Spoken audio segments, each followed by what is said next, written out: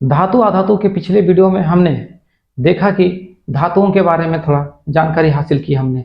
जैसे धातु अधातु के पिछले पार्ट 1 में हमने देखा धातुओं का भौतिक गुण के बारे में देखा। ठीक है, आज हम देखने वाले हैं अधातुओं के बारे में थोड़ा जानेंगे। किसके बारे में जानेंगे? अधातुओं के बारे में जानने वाले हैं। धातु जिसे हम लोग कहते हैं नॉन मेटल। क्या कहते हैं? Non metal. अधातुओं की अगर संख्या का बात करें तो ये टोटल 22 होते हैं। कितने होते हैं? 22। अधातुओं की संख्या कुल कितने होते हैं? 22 होते हैं। जैसे एग्जांपल में देखते हैं, चलिए। कुछ अधातु ठोस अवस्था में पाई जाती है, कुछ अधातु गैस अवस्था में पाई जाती है, और कुछ अधातु जो होता है द्रव अवस्था में पाई जाती है। ठीक है, तो हम देखते हैं ऐसा कौन सा अधातु है जो ठोस अवस्था में पाया जाता है, या गैस अवस्था में पाया जाता है, या द्रव अवस्था में पाया जाता है। ये जानने का हम लोग प्रयास करेंगे। सबसे पहले देखते हैं कुछ ठोस अधातुओं के बारे में। सबसे पहले देखते हैं कार्बन जिसका संकेत होता है C। ये अधातु के श्रेणी में आते हैं। ठीक है, उसके बाद देखेंगे हम लोग सल्फर इसका संकेत होता है S8। उसके बाद देखेंगे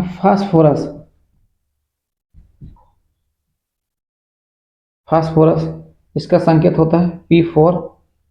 और देखेंगे आयोडीन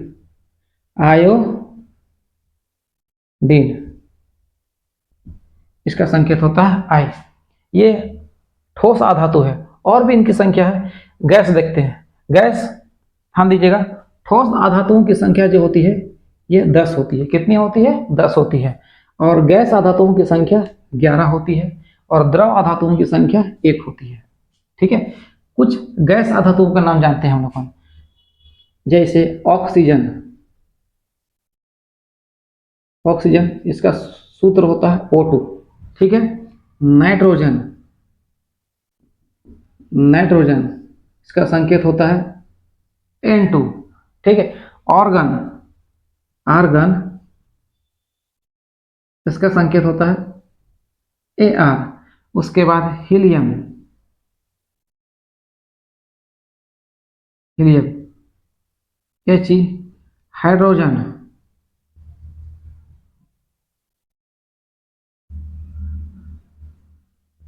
H। और भी गैसें हैं। ठीक है, तो कुछ खास गैस हम लोग देख लेते हैं। उसके द्रव, हाँ, ये बहुत इंपॉर्टेंट प्रश्न है हम लोग के लिए। द्रव अवस्था में एक ही अधातु पाई जाती है जिसका नाम है ब्रोमीन। संकेत है Br। यहां से क्वेश्चन पूछा जाता है, एक ऐसा धातु के नाम बताओ जो द्रव अवस्था में पाया जाता है। तो ये हो जाएगा आपका क्या? ब्रोमीन। एक ऐसा धातु का नाम बताएं जो द्रव अवस्था में पाया जाता है जिसका नाम है ब्रोमीन। ये बहुत इंपॉर्टेंट क्वेश्चन है एग्जाम के दृष्टिकोण से। ठीक है, आगे देखते हैं हम लोग। चलिए,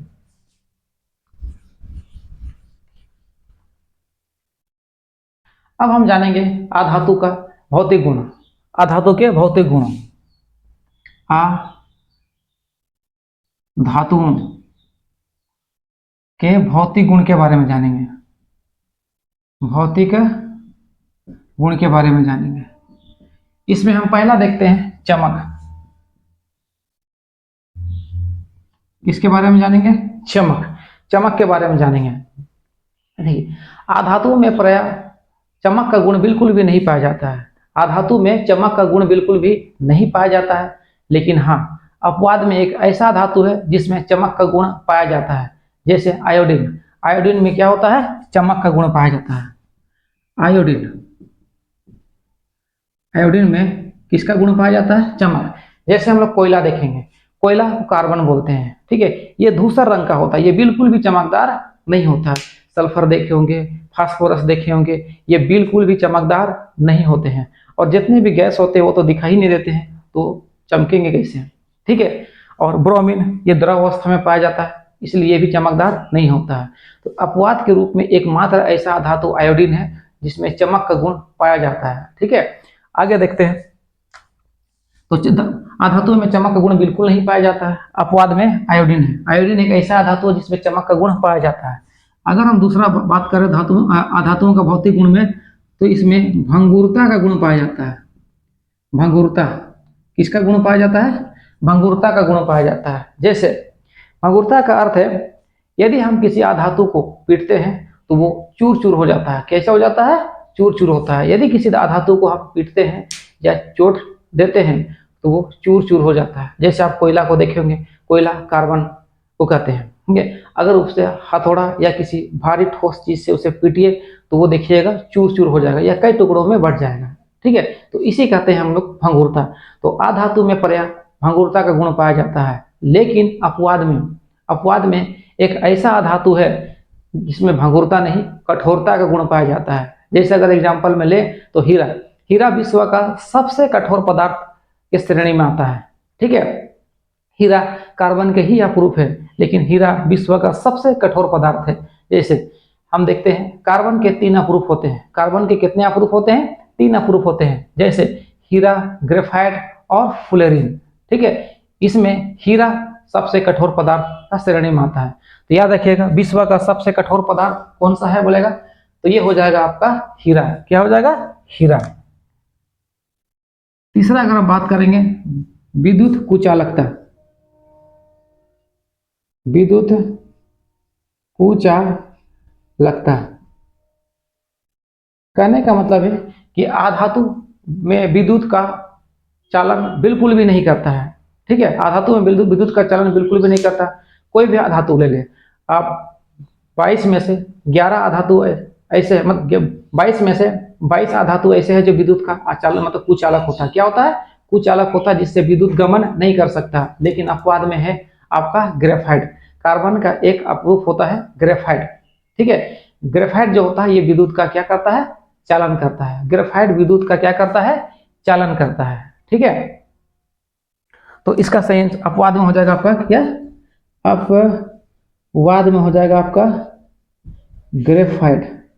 अपवाद में ग्रेफाइट यानी आप पेंसिल देखे होंगे, पेंसिल, ये पेंसिल है। पेंसिल को जब छीलते हैं तो इस टाइप से एक नोखी निकलता है, देखे होंगे, ब्लैक कलर का रहता है। तो इसे ही हम लोग क्या कहते हैं? ग्रेफाइट। ये विद्युत का क्या करता है? चालन करता है। ये विद्युत का चालन आसानी से करता है। तो यहाँ से आपको क्वेश्चन मिलेगा, एक ऐसा धातु का नाम बताए जिसमें विद्युत का चालन करता है। तो इसका सही आंसर हो जाएगा आपका क्या? ग्रेफाइट। क्या हो जाएगा? ग्रेफाइट। ध्यान दीजिएगा, बहुत इंपॉर्टेंट क्वेश्चन है एग्जाम के लिए, ठीक है। तीसरा चौथा ऊष्मा कुचालकता है। ऊष्मा कुचालकता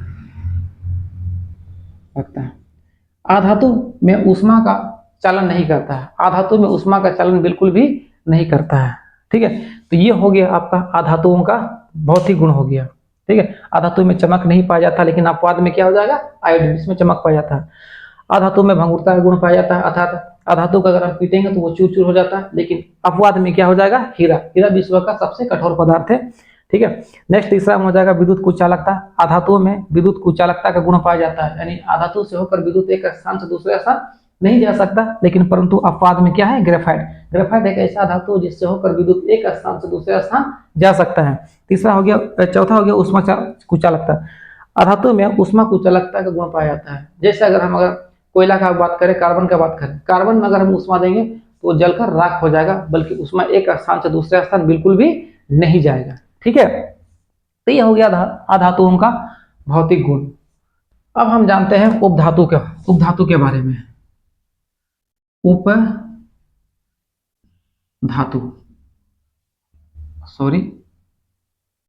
अब हम जानते हैं उपधातु के बारे में। किसके बारे में जानेंगे? उपधातु के बारे में। यहां से भी एग्जाम में प्रश्न अच्छा खासा पूछते हैं, ठीक है।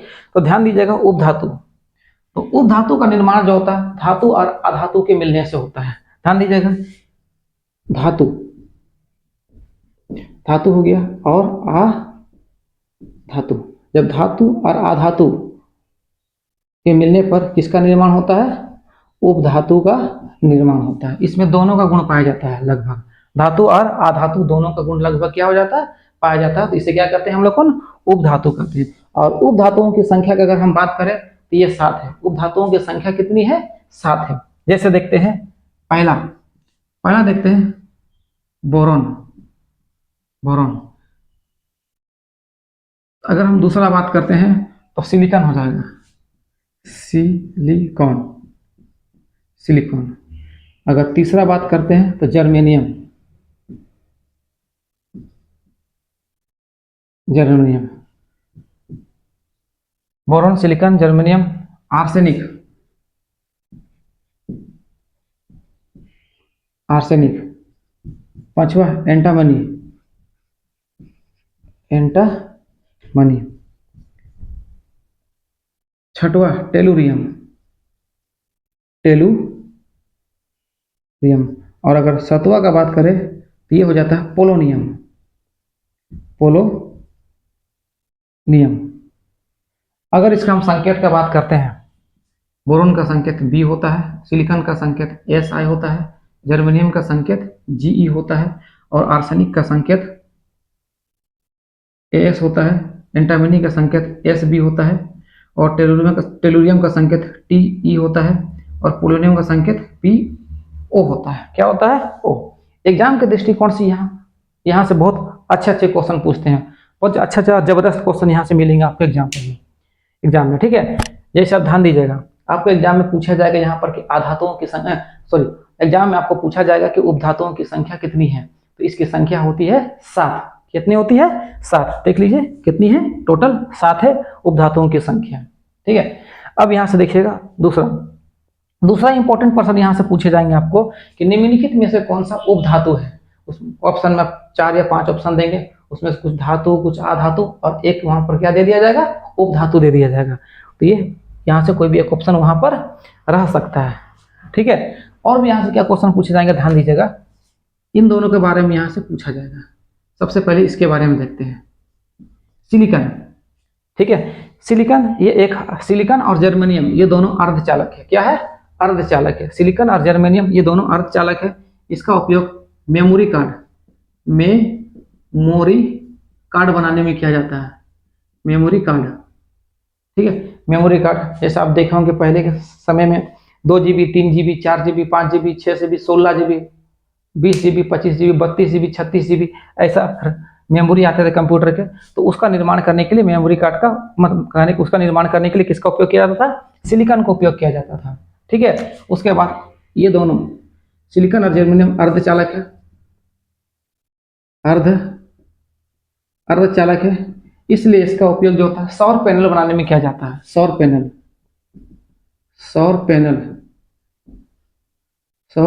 पैनल बनाने में इसका उपयोग किया जाता है, ठीक है। तो यहाँ से क्वेश्चन आने की संभावना होती है। उसके बाद अगर यहाँ से अगर हम बात करें नेक्स्ट, पोलोनियम सबसे ज्यादा समस्थानिक वाला तत्व है, सबसे ज्यादा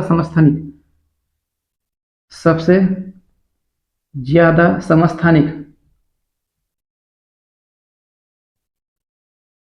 इसका पाया जाता है, पोलोनियम का पाया जाता है, सबसे ज्यादा समस्थानिक वाला तत्व क्या है? पोलोनियम सबसे ज्यादा समस्थानिक वाला तत्व है। तो इतना सारा यहाँ से क्वेश्चन आपको पूछे जाते हैं एग्जाम में, तो इस पर खास नजर बनाए रखिएगा अपना। आगे देखते हैं धातुओं का रासायनिक गुणधर्म। धातुओं का रासायनिक गुणधर्म के बारे में हम लोग जानते हैं, ध्यान दीजिएगा। हम जानते हैं कि धातु विद्युत का धनात्मक होता है। धातु विद्युत का क्या होता है? धनात्मक होता है। विद्युत का धनात्मक क्यों होता है? क्योंकि धातुओं में मुक्त इलेक्ट्रॉन पाया जाता है। धातु में क्या पाया जाता है? मुक्त इलेक्ट्रॉन पाया जाता है। जैसे एग्जांपल में हम देखते हैं, ठीक है। धातु के अंतिम कक्ष में या तो एक इलेक्ट्रॉन पाए जाते हैं, या 2 इलेक्ट्रॉन पाए जाते हैं, या 3 इलेक्ट्रॉन क्या होते हैं? पाए जाते हैं अंतिम कक्ष में। इसलिए विद्युत धनात्मक का कार्य करते हैं। जैसे एग्जांपल में देखते हैं हम एल्युमिनियम लेते हैं। एल्युमिनियम का परमाणु संख्या का बात करें तो ये 13 होता है। कितना होता है? 13 होता है। और एल्युमिनियम का परमाणु संख्या अगर इसका इलेक्ट्रॉनिक विन्यास करें तो 2, 8, ये हो गया 3। तो एल्युमिनियम के अंतिम कक्ष में कितने इलेक्ट्रॉन पाए गए? 3। तो ये धातु है। जिस तत्व के अंतिम कक्ष में 1 इलेक्ट्रॉन या 2 इलेक्ट्रॉन या 3 इलेक्ट्रॉन पाए जाते हैं वो धातु कहलाते हैं। क्या कहलाते हैं? धातु कहलाते हैं। जैसे एल्युमिनियम के अंतिम कक्ष में कितना इलेक्ट्रॉन पाए गए? 3। तो ये धातु है, और ये 3 इलेक्ट्रॉन का त्याग करके धन आयन बनाती है। क्या बनाती है? धन आयन बनाती है। उसके बाद अगर बात करें एल्युमिनियम से जस्ट पहले होता है मैग्नीशियम। मैग्नीशियम का परमाणु संख्या होता है 12। क्या होता है? 12। इसका हो जाएगा 2 इलेक्ट्रॉनिक विन्यास, 2 हो गया, 8 हो गया और 1 हो गया। ठीक, सॉरी, ये हो जाएगा 2। क्या हो जाएगा? 2। तो ये धातु है, ये अपना 2 इलेक्ट्रॉन का त्याग करेगा और धन आयन बनाएगा। उसके बाद अगर जस्ट इसके ऊपर देखते हैं हम लोग तो सोडियम आता है। क्या आता है? सोडियम आता है। सोडियम का परमाणु संख्या होता है 11। कितना होता है? 11। इसका इलेक्ट्रॉनिक विन्यास करेंगे तो 2, 8, 1। अंतिम कक्ष में कितना इलेक्ट्रॉन पाया गया? इसमें भी 1 पाया गया। अर्थात ये क्या है? धातु है। क्या है? धातु है। धातु के अंतिम कक्ष में 1 या 2 या 3 इलेक्ट्रॉन क्या होता है? पाया जाता है, तो वो धातु कहलाता है। और अधातु के अंतिम कक्ष में 4, 5, 6, 7 और 8 इलेक्ट्रॉन पाया जाता है। कितना इलेक्ट्रॉन पाया जाता है? 8 इलेक्ट्रॉन पाया जाता है। तो समझ जाइए कि ये क्या है? अधातु है। क्या है? अधातु है। ठीक है, तो अब आगे देखते हैं हम लोग। तो यहां पर हम लोग समझे कि धातु के अंतिम कक्ष में 1 इलेक्ट्रॉन, 2 इलेक्ट्रॉन या 3 इलेक्ट्रॉन पाए जाते हैं। ठीक है, अगर 1, 2, 3 इलेक्ट्रॉन पाए जा रहे हैं तो समझ जाइए कि ये क्या है? धातु है। ठीक है, पहला देखते हैं हम लोग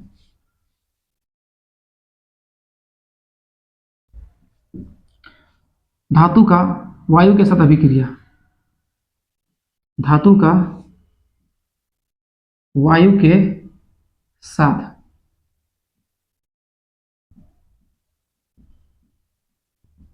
अभिक्रिया। धातु का वायु के साथ अभिक्रिया या धातु का हवा के साथ अभिक्रिया। तो जब भी धातु वायु के साथ अभिक्रिया करता है तो धातु ऑक्साइड का निर्माण करता है। जब भी धातु किस वायु के साथ अभिक्रिया करता है तो धातु ऑक्साइड का निर्माण करता है। जैसे देखिए, ये हो गया आपका धातु।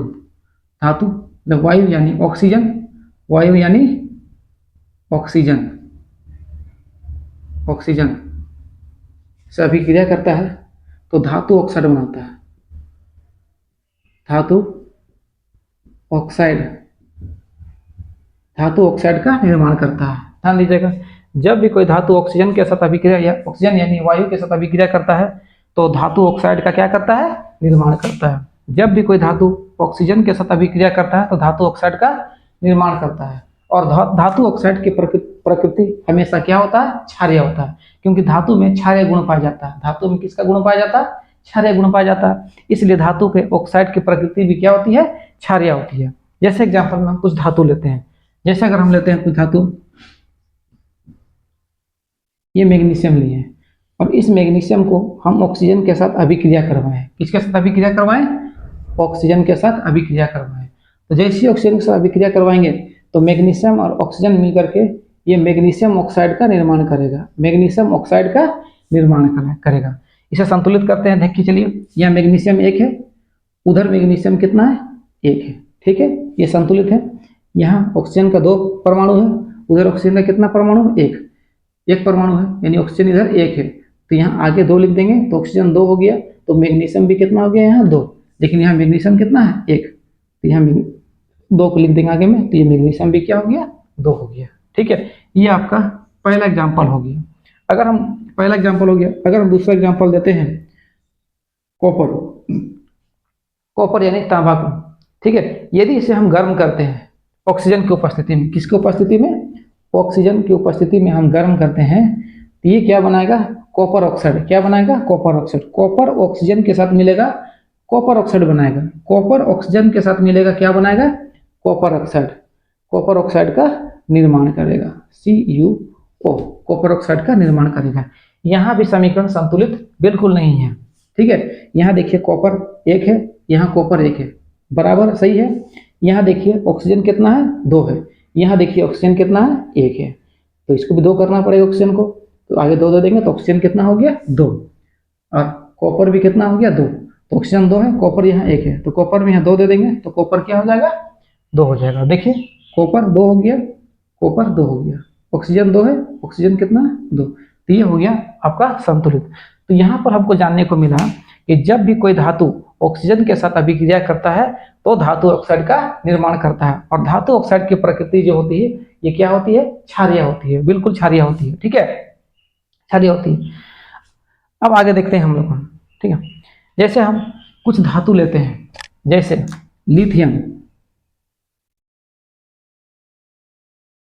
लिथियम लेते हैं, ठीक है। उसके बाद हम लोग लेते हैं पोटासियम,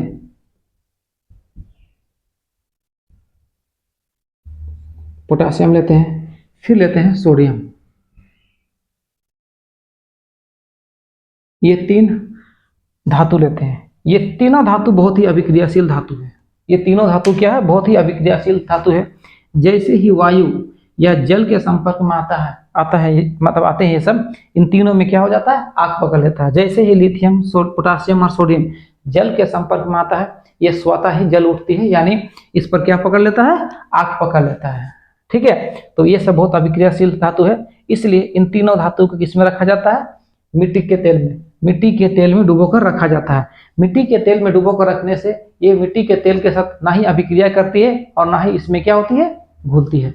तो क्वेश्चन पूछा जाएगा यहाँ से, ध्यान दीजिएगा कि एक ऐसा धातु का नाम बताएं जिसे मिट्टी के तेल में डुबा कर रखा जाता है। तो अधिकतर प्रश्न में आपका आंसर यही रहता है, सोडियम। क्या रहता है, सोडियम।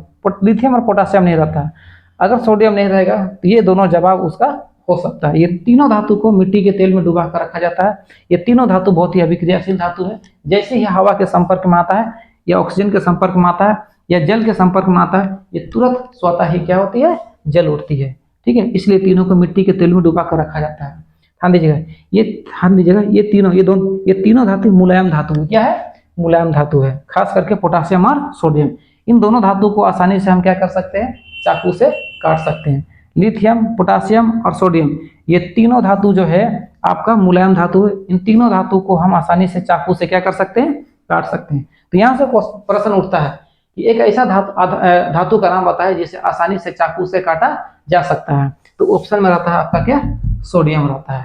तो बहुत अच्छा क्वेश्चन है ये एग्जाम के दृष्टिकोण से, ध्यान दीजिएगा इसको।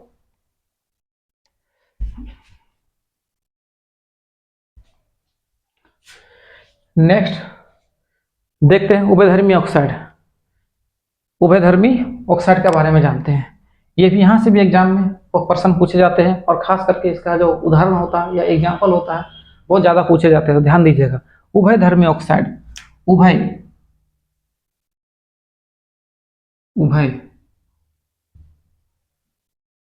धर्मी ऑक्साइड।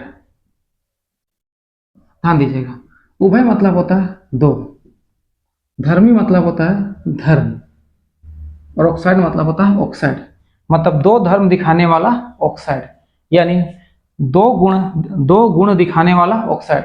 धातु के वैसे ऑक्साइड जो अम्ल और क्षार, अम्ल पहला गुण हो गया, क्षार दूसरा गुण हो गया, ठीक है ना। यानी अम्ल को हम बोलेंगे पहला धर्म और क्षार को बोलेंगे हम दूसरा धर्म।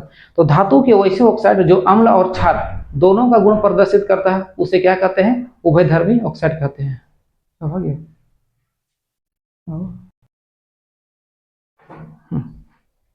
उभयधर्मी ऑक्साइड, धातु के वैसे ऑक्साइड जो अम्ल और क्षार दोनों का गुण प्रदर्शित करता है उसे क्या कहते हैं, उभयधर्मी ऑक्साइड कहते हैं। धातु के वैसे ऑक्साइड जो अम्ल और क्षार दोनों का गुण प्रदर्शित करता है उसे क्या कहते हैं, उभयधर्मी ऑक्साइड कहते हैं। जैसे एग्जांपल में Al2O3 एल्युमिनियम ऑक्साइड, एल्युमिनियम क्षार का गुण प्रदर्शित करता है और ऑक्सीजन अम्ल का गुण प्रदर्शित करता है। क्योंकि ऑक्सीजन आधातु है, ऑक्सीजन क्या है, आधातु है, इसलिए अम्ल गुण प्रदर्शित करेगा। और एल्युमिनियम जो है ये धातु है, इसलिए ये क्या किसका गुण प्रदर्शित करेगा, क्षार का। एल्युमिनियम क्षार का गुण प्रदर्शित करेगा और यहाँ ऑक्सीजन जो है ये अम्ल का गुण प्रदर्शित करेगा।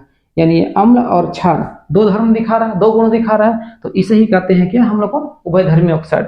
तो आपको क्वेश्चन पूछेगा निम्नलिखित में से कौन सा उभयधर्मी ऑक्साइड है, तो वहाँ ऑप्शन में जरूर होगा Al2O3 यानी एल्युमिनियम ऑक्साइड। और एक होता है जिंक ऑक्साइड।